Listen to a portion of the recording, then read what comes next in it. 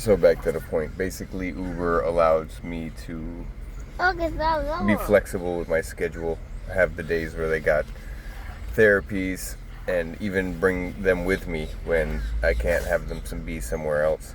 You know, and being homeless, like we don't have a place that I could leave them at. We even know back in apparently the 80s and 90s, parents just used to leave their kids home, and that was okay. If I did that with my kids, I would come home to one of them with a finger stuck in a light socket fried, and the other one would have probably, I don't know, drowned himself in the sink.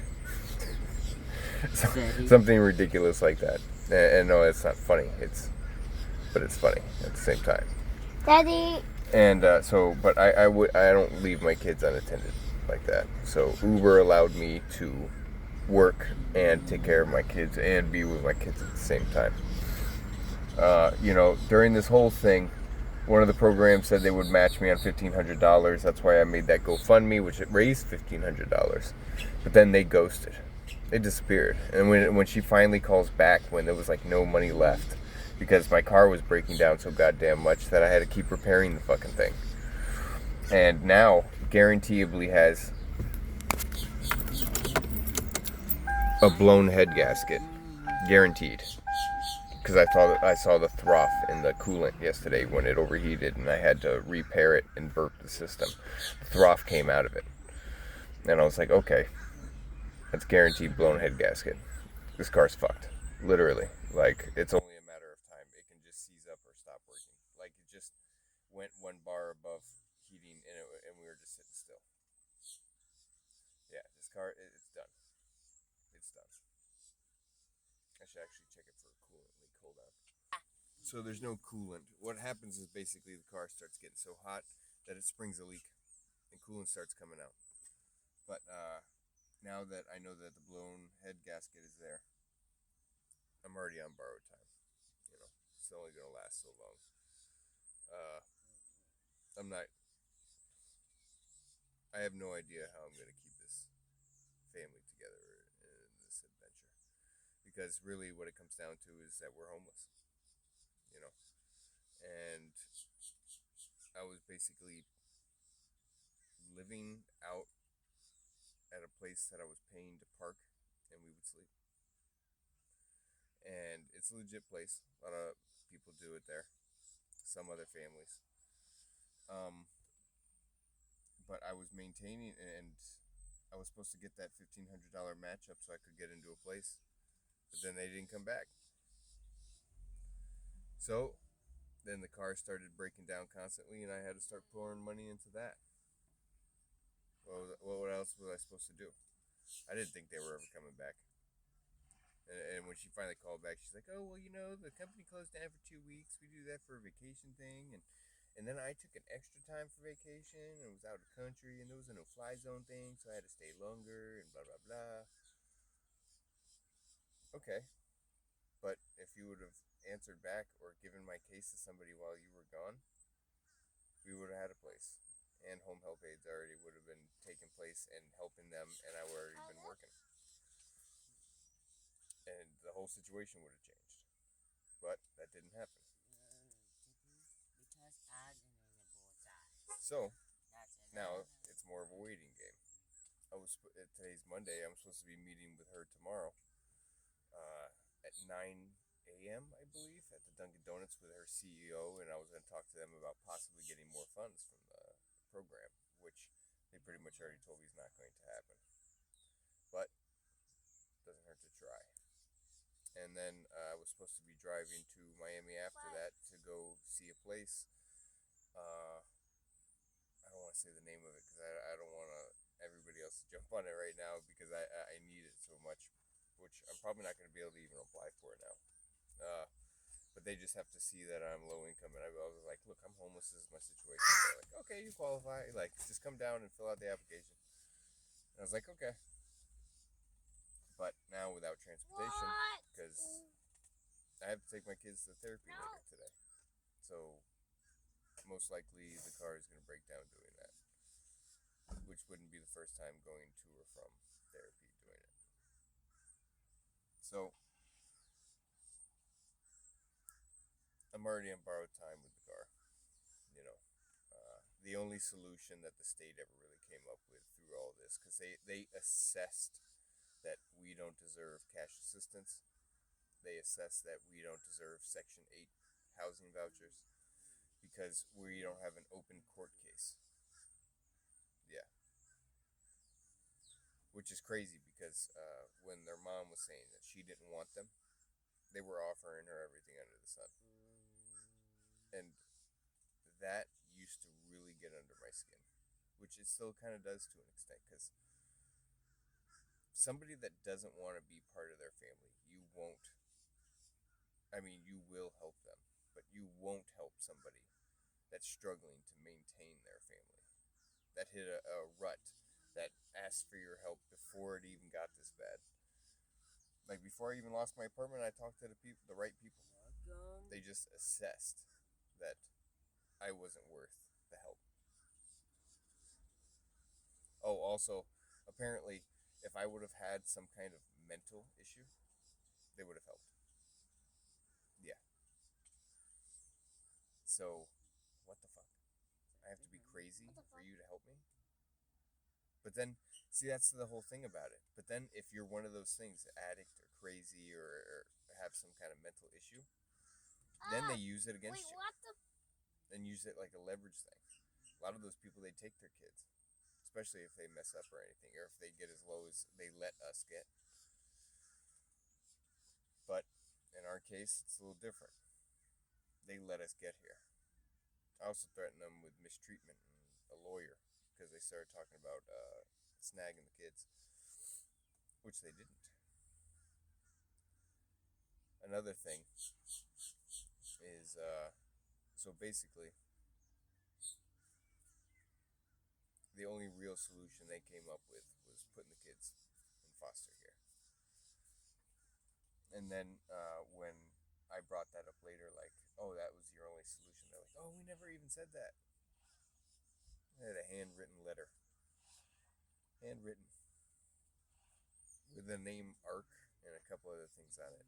The judge's assistant also gave me some things for possibilities, but that was like a warped solution version of what I asked as a last resort. Because I would never ask to give my kids away. I said if they were going to try to force that, then I'd be willing to consider it if there was a foster family that we could meet ahead of time and I knew they'd be a good fit and that the boys got to stay together and that I would still be able to be in the boys' lives on a daily basis. That was the only way that I would be willing to hand my kids over. But now, if I'm about to lose my transportation and I doubt the program's going to do anything extra to help with that. So I'm kind of between a rock and a hard place because I'm not going to drag these kids into like a homelessness without transportation. How am I getting them to school, into their therapies? How am I going to make more money doing Uber? What's sad is if I didn't have the kids, I already know what I'm going to do. I know what solutions I need to do. I know how I'm going to go about getting some money fast. But the only issue is I don't want to do that. I love my kids. I love our family. In fact, I've held it together so I didn't have to do that. You know, they gave me that easy out a long time ago. And people kept saying to me, even that reference guy that was like referenced to me, like, oh, most people just give up by now. Not most people. And the only reason I'm even considering it now is because if I can't get the kids what they need by taking them where they need to go, I'm going to have to consider something more drastic. Am I doing that yet? No. But I need to consider it. Because they can't be without. But those programs, if those programs and foster things are as crooked as the people that I've worked with so far through the state, then my kids won't really be safe there.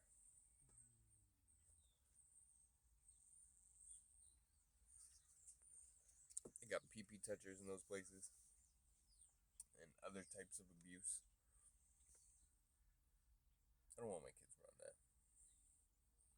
They've experienced enough detriment. You know, Mickey don't know.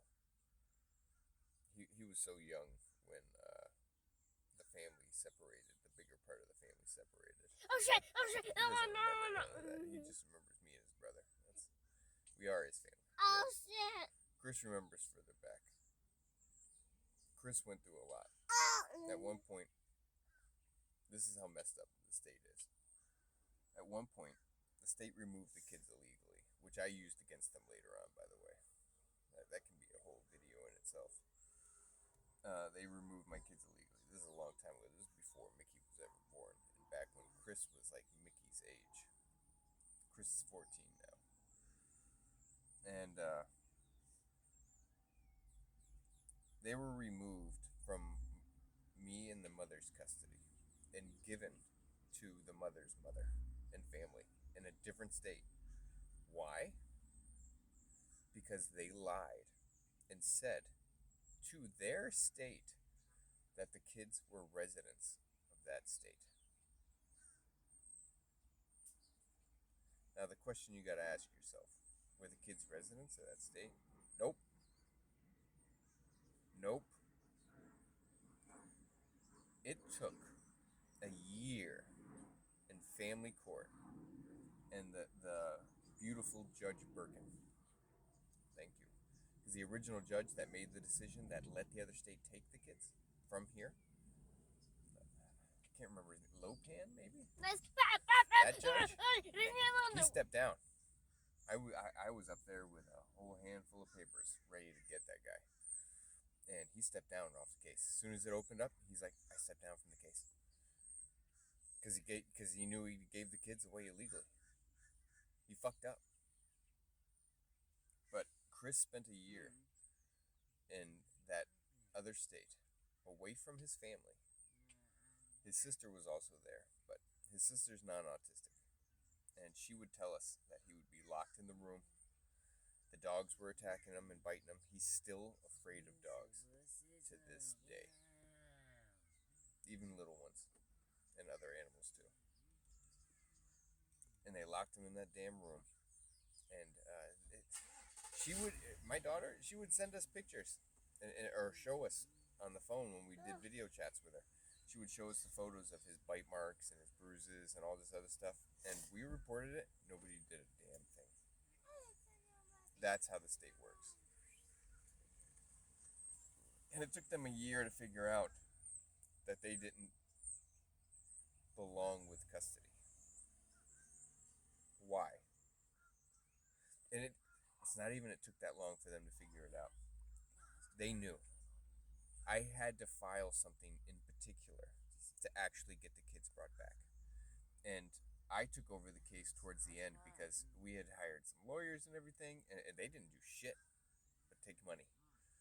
And by the end of it, I was like, okay, I'm just going to start doing this myself. I did as much research as I could, filed what I needed to, momentum started. Things actually got happening. And then, again, Judge Birkin, big ups, because I was the only one that you didn't yell at in that courtroom. And DCF, you yelled their ass right out of the courtroom. And I still love you for that. I just want to say that. And I also remember the time when you saw me struggling, not knowing which direction to go in or what to file, and you told me what to file. And after I filed that paperwork, the next court date, we got the kids back. Lickety split. That man went on to be a judge in the Supreme Court. I love that man. I really do. I should have wrote him a letter about what happened with all this crap. But I did not. Not yet. So after that happened, kids came back. Everything was okay. Chris was...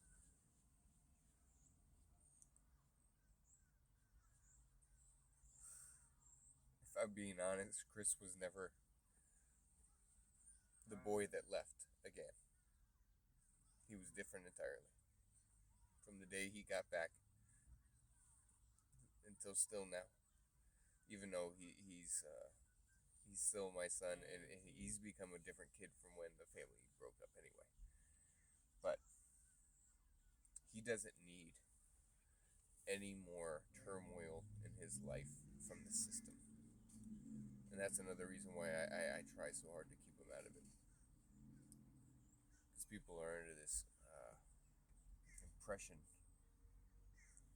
that these places are for the kids, but they're not.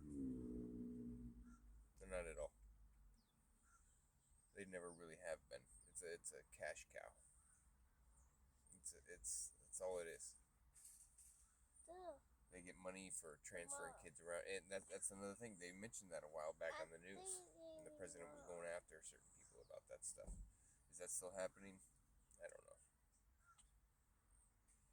I do know there's plenty of kids that are going through stuff that they shouldn't have to go through.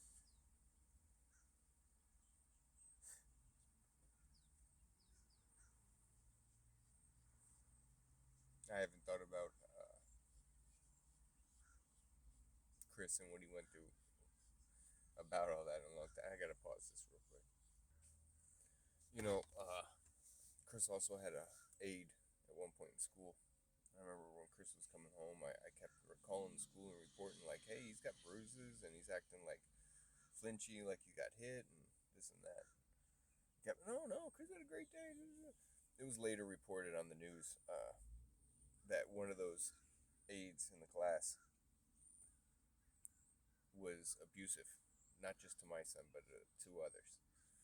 And then the school protected them through the teachers union or whatever the fuck that thing was. And they didn't remove the woman or fire her. They just put her in a different part of the school with different kids. Hopefully those kids didn't have to go through the same things, because when things like that happen, people like that should be removed. 100%.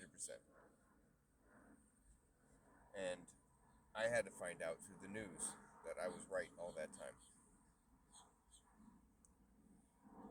These places are not for the children.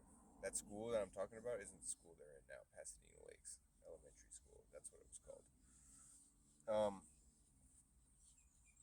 Now they're in Cooper City Elementary and Pioneer Middle School.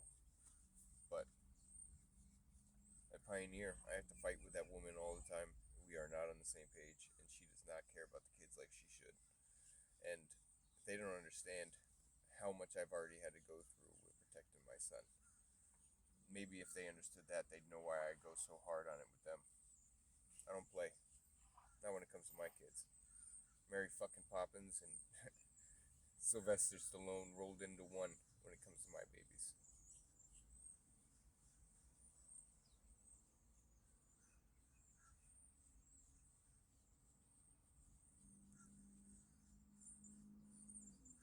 So even having to consider this whole foster care thing's obviously got me in my feelings. Daddy. I don't know what else to do at this point. Yes. You can drink that here. It's warm. You want the Coke? It's warm. You can have it, but it's warm. Hold on 1 second. There. It's a little warm, but it's fine. See, look, it's still bubbly. It's just warm a little bit. Let's see. He's gonna say, "Ew, this is so old." That's what he always says. He says that even if it's just not cold anymore, a little bit. What is that, a baby bottle? This guy. I guess it's okay? Yeah. Okay. Go to my neck. I never thought that having, I remember the state was like, oh, thank you so much for taking them on. I was like, you don't have to thank me, I'm their dad. And they're like, oh, do you need help with stuff? And I was like, no, but if I do, I'll ask. And I did ask. And I wasn't offered the same kind of stuff that they usually offer. That stuff pisses me off. It's made me bitter towards them for sure. Like, ugh, disgusting. Ugh. The woman that disappeared and didn't understand why I was upset that I had the money that they said they would match on, and then she was gone when we needed her. And that could have changed the situation. She tried to tell me that she understands my situation. That was a big fucking mistake. Big fucking mistake. So I let her have it. I don't like... And she tried to tell me she was trying to empathize. No. She was telling me she understood. Understanding and empathizing are two different things. First off. And second off, don't even try to empathize because you know you fucked up. If you cared about these goddamn kids at all and didn't treat them like they were just a means to an end to get your paycheck, it would show.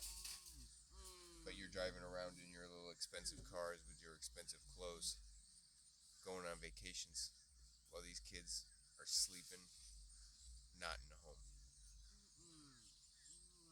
And I gotta be careful of what I say and how I say it too, because they'll be like, "Oh, mistreatment for the kids, abuse." But they know, 100% they know. That's another thing. You know, somebody was telling me, I said, don't talk to DCF, don't do this, No. DCF don't want to touch me with a 10-foot pole, man. They know I'll sue their fucking ass, and I have a lawyer ready to do it as long as they get 50% compensated of whatever's made. Ready to file it against individuals and the program itself for mistreatment. The second that they try to step in with some bullshit, because I already asked them for help a long time ago before this was an issue, and they didn't help. And they had the power to, but they assessed as well, just like ChildNet did, that we weren't worth the assistance. The place I'm at now, they told me I could use their address, so now I can actually get the EBT sent, because that was the issue. By the time they granted the EBT, I didn't have an address anymore. And a PO address, that's like $60 a month. I'm barely making bills meet as it is. This was only supposed to be a short-time temporary situation, and then the state was supposed to help and get us the hell out of it. It didn't happen like that. So now it's coming down to the point where I might actually need to put them in foster care, and I don't want to. But I'm not going to drag them into a situation that's worse for them in reality. This is not a decision I want to make, or any that a parent should have to make, or any a parent should have to face, especially when I let them know. And I keep saying, like, oh, I told them like a year ago. I've been saying that for a long time. It's been a year and a half to 2 years that I started warning them. As soon as my pay started getting a little bit cut down, I started reaching out. I'm waiting on SSI to tell me if they granted it for my son Chris. And they won't, and as far as what I was told, they won't give me an appointment for Mickey until that's determined. SSI, that could have saved us too, if we would have got it back when I first needed it. But they have to deny you. It's like their thing. I don't care, man. Bro, you already have people living off the government because of like court situations and being addicts and mental issues and this and that.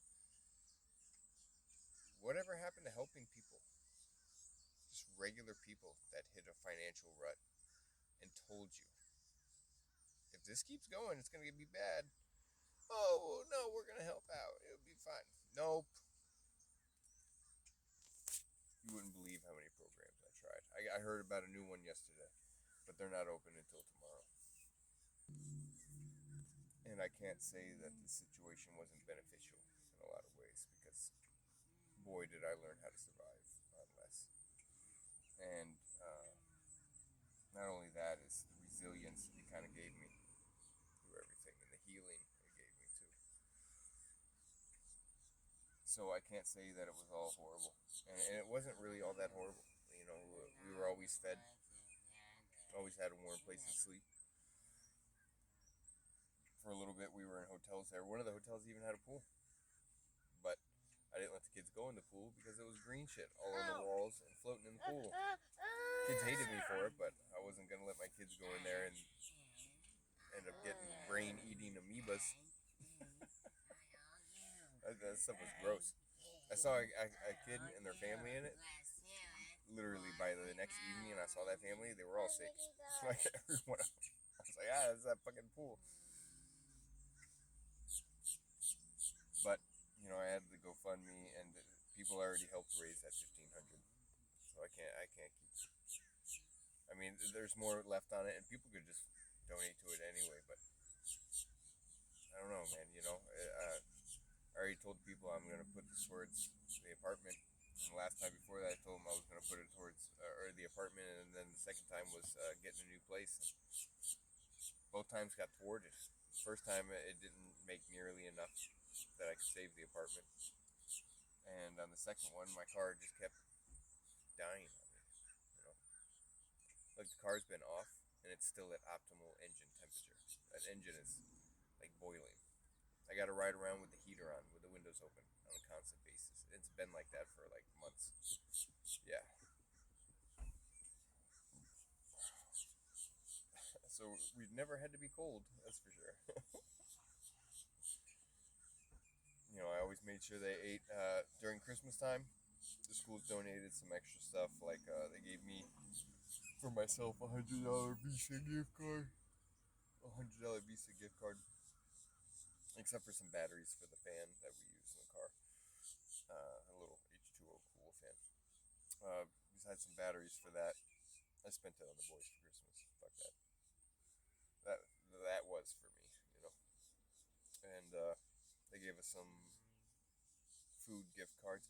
I might still have that Olive Garden one in the glove compartment, but that was only for like $15, so I'm not. That's like a snack. We'd get like a single meal and split it, use it for a snack. There was another one that was a Chili's gift card. It was $25. I called them up and was like, "How can I get a lot?" And they had some special going on where it was like you get a whole bunch of tenders, a whole bunch of fries, and that's perfect because Mickey only eat tenders and fries really from like fast food places. He don't eat burgers and stuff like that. So we got that. I got it to go. Went outside. We had it right on the hood of the car, and we had sodas that were cold from the dollar store. Had a great time. We get pizza at least once a week, and we usually do it dining outside, and we'll eat it on the hood or on the trunk of the car.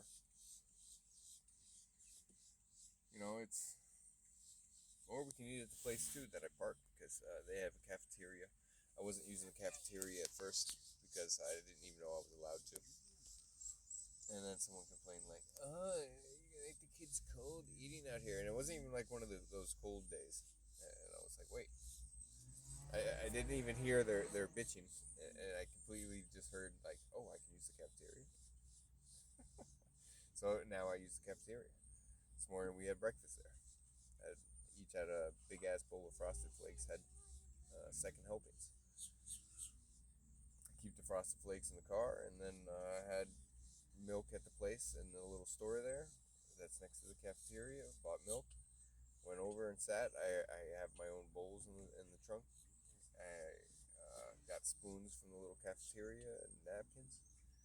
We all had a nice ass breakfast, and it's always like that, Or sometimes if I'm on the go and I got to run out and do some errands early, I'll run out and I'll stop by a dollar store, grab a box of Pop-Tarts, let them tear them up like a couple of raptors when they feed that cow in, and the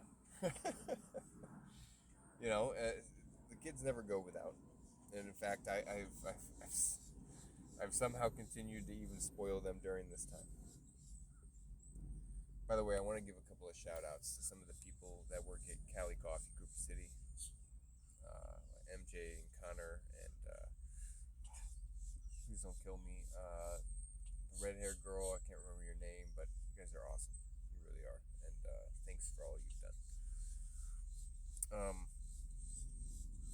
Also, I never, I never took advantage of it because I felt like it was taking advantage. But cooking with Reese, one of the chefs there, I did an Uber pickup, and he asked what was going on with us.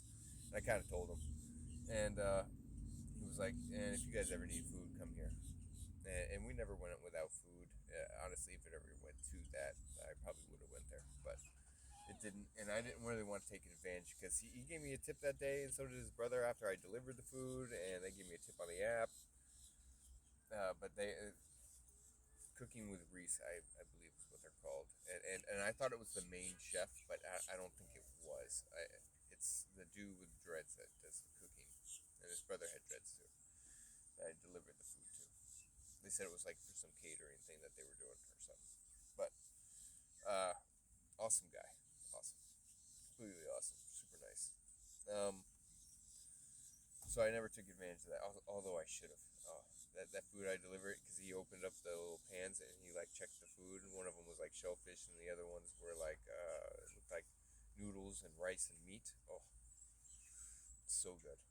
You know, I was in a program when I was younger for growing weed, so they stuck me in a live-in rehab, and the best part about that place was they had these little older Jamaican ladies that were the cooks. Oh, some of the best food I've ever eaten in my life.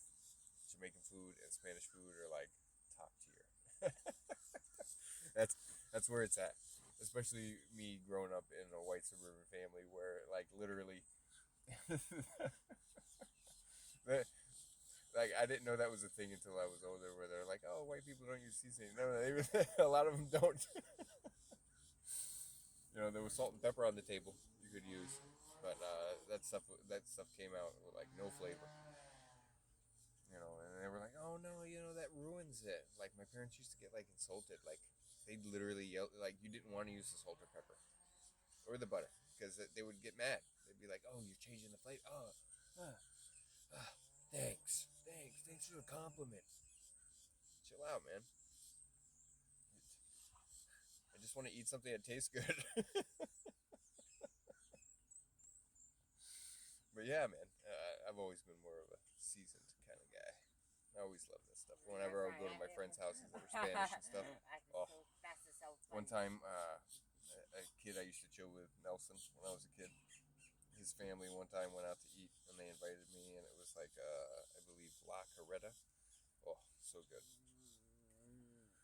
That's when I knew when I was a kid. I was like, oh, Spanish food is so good. And when I got older, I learned that food trucks, the Spanish ones, like when you see the ones, because a lot of people like those food trucks that just have like the random Twinkies and bullshit on them. I like the Spanish trucks that are like ran by people that barely speak English, because that means that food is just good. So, but our little family, I'm gonna try to come up with some solution to keep us together. But if I'm looking at the reality of it, without transportation, I don't know what to do.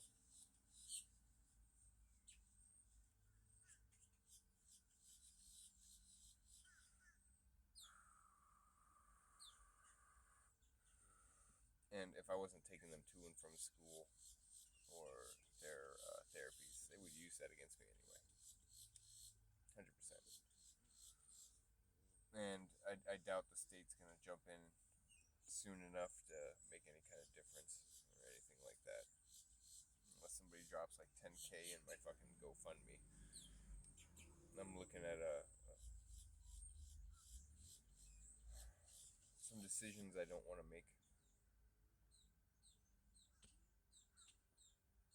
Some decisions I shouldn't have to make.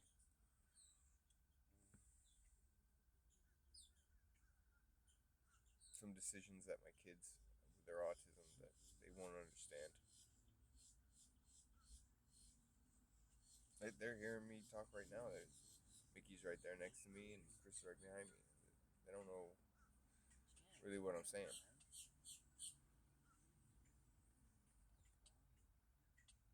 As far as they're concerned, we just don't have an apartment anymore, But they're doing good.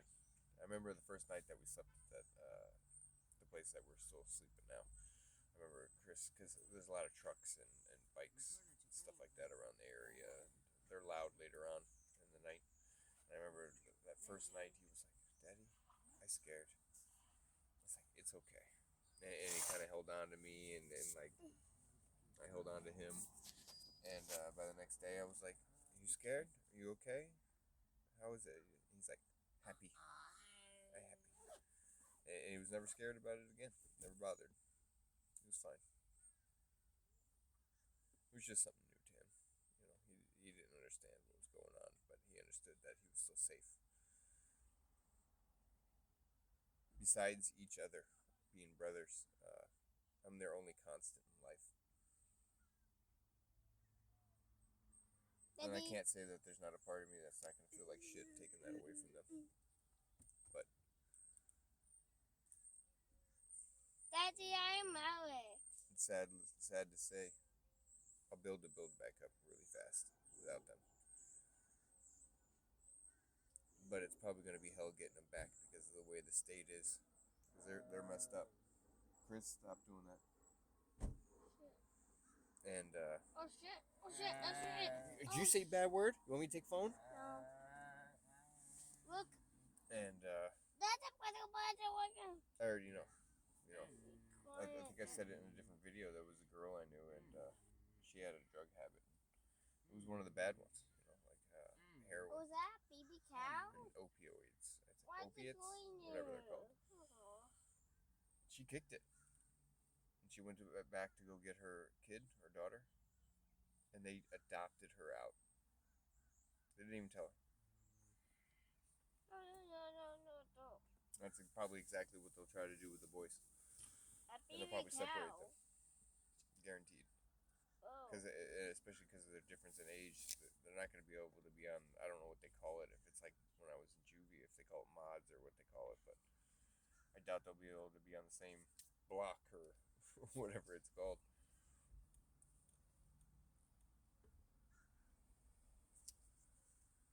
I try to tell the programs too. I'm going to be contacting that channel, Soft White Underbelly, Look at it. because besides this little story thing that I have to tell, I could talk on that thing for like 10 hours and not have told everything. I drunk. I'm also going to start contacting the news stations because the way this whole thing went down, it's really screwed up. I'm not only going to do it to spread awareness, but I'm also going to do it for documentation and to also help the lawsuit that I'm going to bring against these people. Yeah, I really am.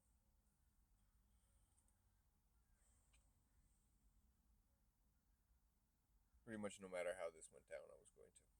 I saved the water there. But the lawyer did say that if they did something that was more detrimental to them by trying to mistreat me. But then I started yelling, "Oh, mistreatment, I got a lawyer." And then they backed up. They were gone real quick. They didn't contact me no more. Chris closed the door.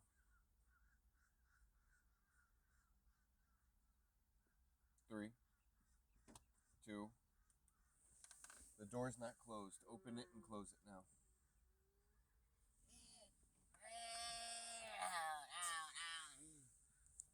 His child locks on, so sometimes he'll like try to put the window down to open the door to show me that he's getting antsy. He wants me to like do something.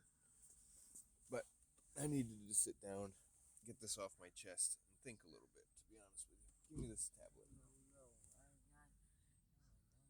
Look, now it's charging. So you just messed this thing up. But it's not going to charge if it's not sitting the right way. He runs that thing into the ground anyway. The thing will be on 1% sometimes, like all day, and just hook to a charger so he can have like playtime. I tell him to let it charge. Wait, no. Do you see that? Did you show me? He doesn't understand. You show me your arrow, Daddy. Is this still charging? Yeah. Okay, that one's charging good. That's already 40%. Daddy, take the charger out. No. Leave charger on. Definitely leave charger on. What? Leave charger on. But yeah, it's...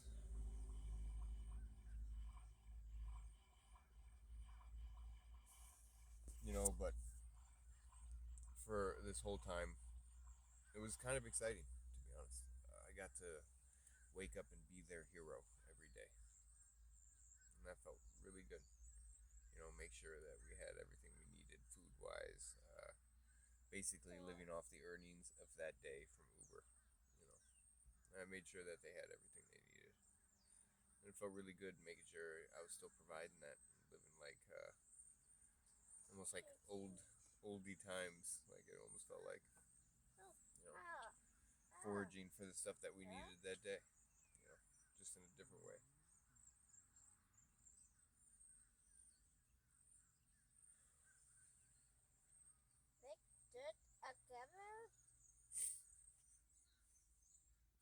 Are you stop biting your finger.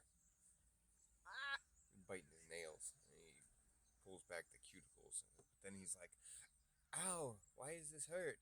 Like, because you just pulled all your skin off, man. Don't, ew. Don't raspberry my ear. Hey, what the hell? It's disgusting.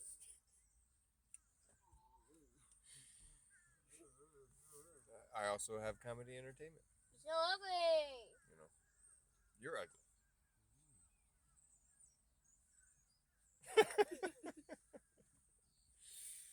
Mickey does that too.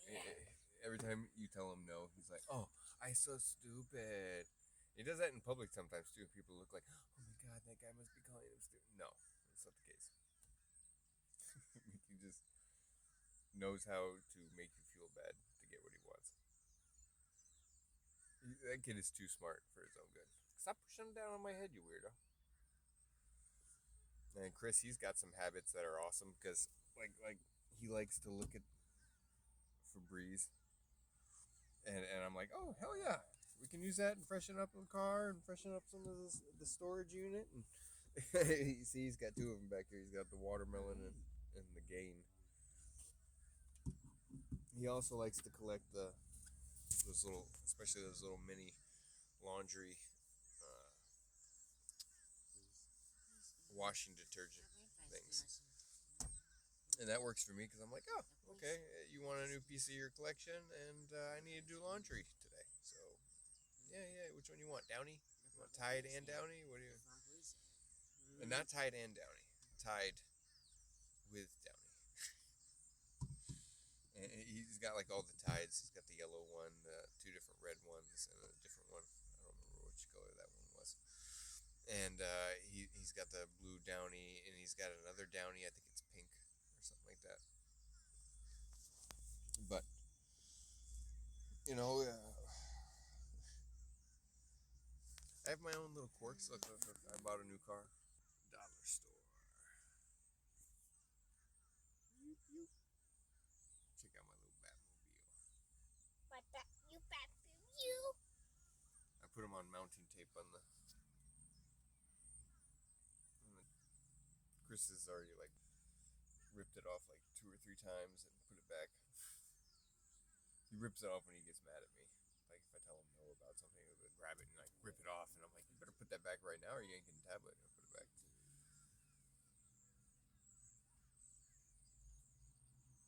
Yeah, they got therapy today at Breakthrough, and that's from 5:37.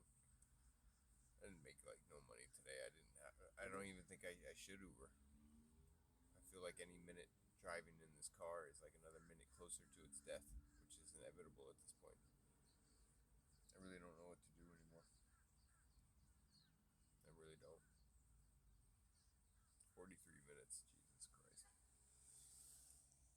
So, you know. Oh, by the way, I never got raccoon eyes from my busted nose, but the thing is still sore.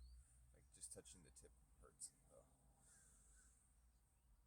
It's still a little swollen around the top of it too, but it's fine. I don't really care. And Chris's leg ended up being just fine. Just a little bruise.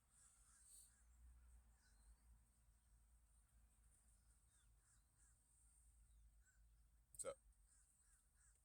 Help, Daddy. Let your tablet charge, man. Help. Help you what? Why, Minecraft? Look. I can't play it for you? It's only a 1-player game. A badger's chasing me. A badger? He does it. Oh, a bad guy's chasing you? Yeah. Turn around, fight him. Turn around and fight him.